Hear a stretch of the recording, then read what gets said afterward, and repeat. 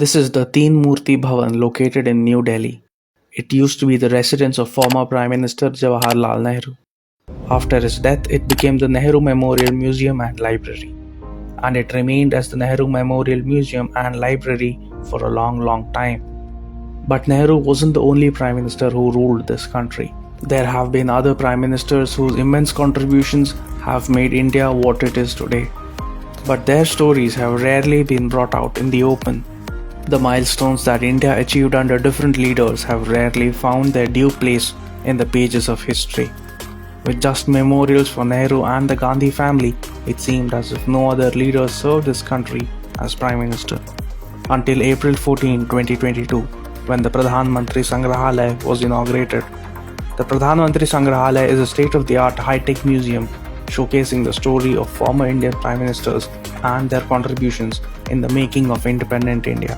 Visitors will get an immersive experience of the evolution of independent India, from the making of the Constitution to the important milestones achieved under different Prime Ministers through visual and digital means. The museum comprises of two blocks.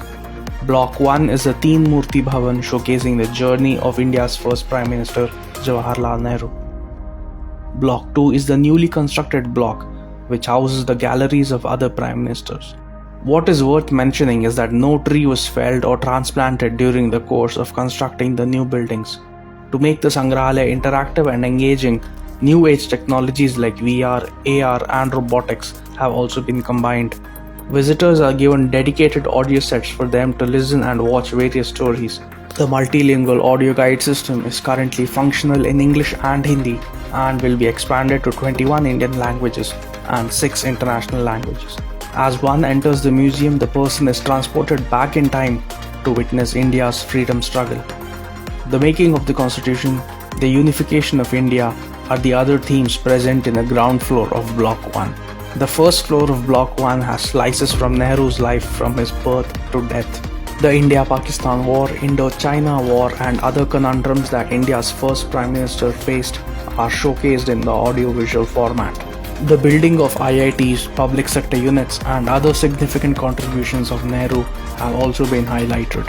At the entrance of Block 2, one can see the Indian emblem suspended and rotating in mid-air without any support. This has been done through magnetic levitation. When visitors walk through the corridor, they can see a waving flag above them, which is a kinetic flag made out of 1200 synchronized lights. The galleries of various Prime Ministers comprise of rich information in the form of audiovisual content, personal objects, archival letters and documents. The Lal Bahadur Shastri Gallery has exhibits which include segments on Jai Jawan Jai Kisan policy, the Tashkent Agreement, and his speeches on All India Radio. Indira Gandhi's exhibit has themed projections of the 1971 Bangladesh Liberation War, Pokhran, insurgencies in Punjab, and a dedicated themed gallery depicting the emergency period. Atal Bihari Vajpayee's gallery has sections dedicated to the Golden Quadrilateral, his bus ride to Lahore, Kargil War, among others. In fact, visitors can relive the Pokhran testing of 1998 by being present in a replica of the nuclear testing station.